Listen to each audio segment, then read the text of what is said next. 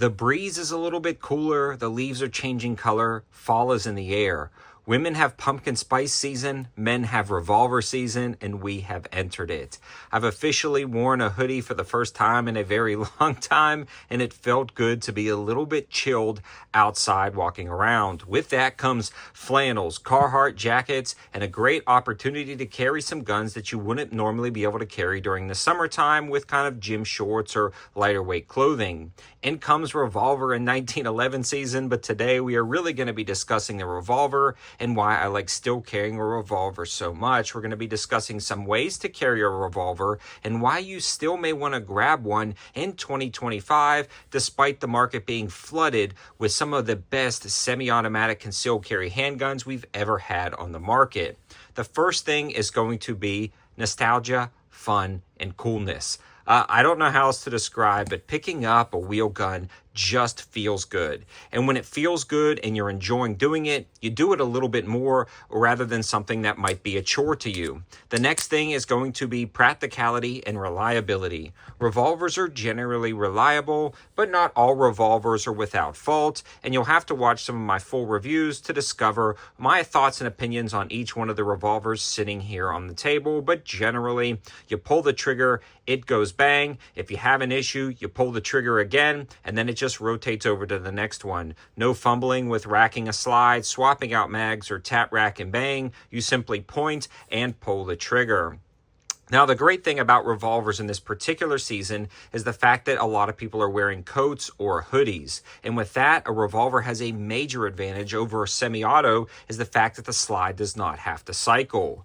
Meaning you can have this inside a jacket or coat pocket, have your hand on the gun, peacefully minding your own business. But if you feel like a defensive situation needs to arise, you don't immediately have to draw. You can simply aim at your target through your pocket or engage your target through your pocket and just keep firing away. And I've tested this many times on the channel and it works out incredibly well. And the revolver cycles just fine as long as you are not pinching or binding the cylinder. So that is a great advantage for discrete defensive carry operations over a semi-automatic firearm. There have been so many videos floating online of people getting into situations where they were going to draw a gun, but the person already had their finger on the trigger inside a jacket or hoodie pocket, and the aggressor had no idea that the revolver was already in the fight, but it couldn't be seen. And that is an awesome opportunity to have. And that also allows you to kind of get up close and personal with your target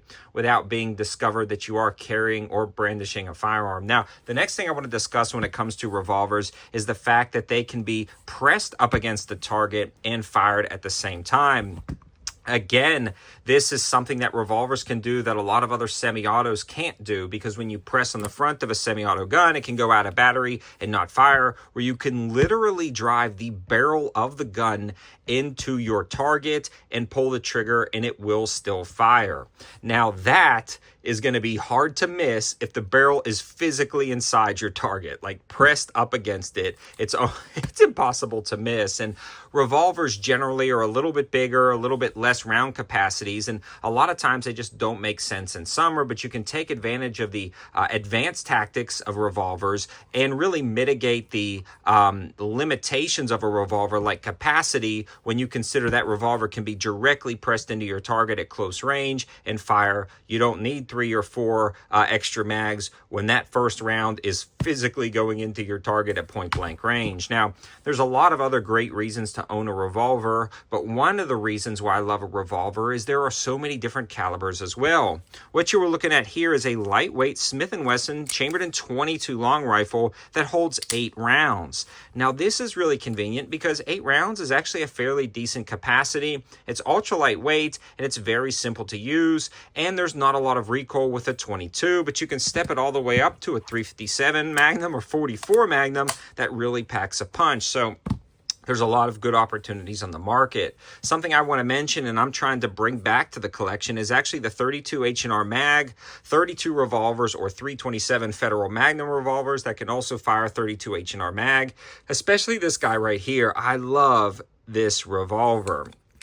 Now this, if I can get it to focus in, is going to be the Smith & Wesson and it's the 432 UNC, or UC. I call it the UNC, the 432 UC. Now, this is chambered in 32 H&R Magnum, and this one holds 6 rounds over the standard 5 of a traditional 38 Special Smith revolver. It's got a completely internal hammer, so when you're pulling the trigger, you don't have to worry about the hammer snagging on something, and this is going to be one of those inside the Carhartt jacket fall carries for me. 6 rounds of 32 mag tucked away nicely in your pocket. You can be walking around and then just as quick as you can pull the trigger, or you can draw, and this one actually has high vis sights. I've got a full review on this if you want to check it out.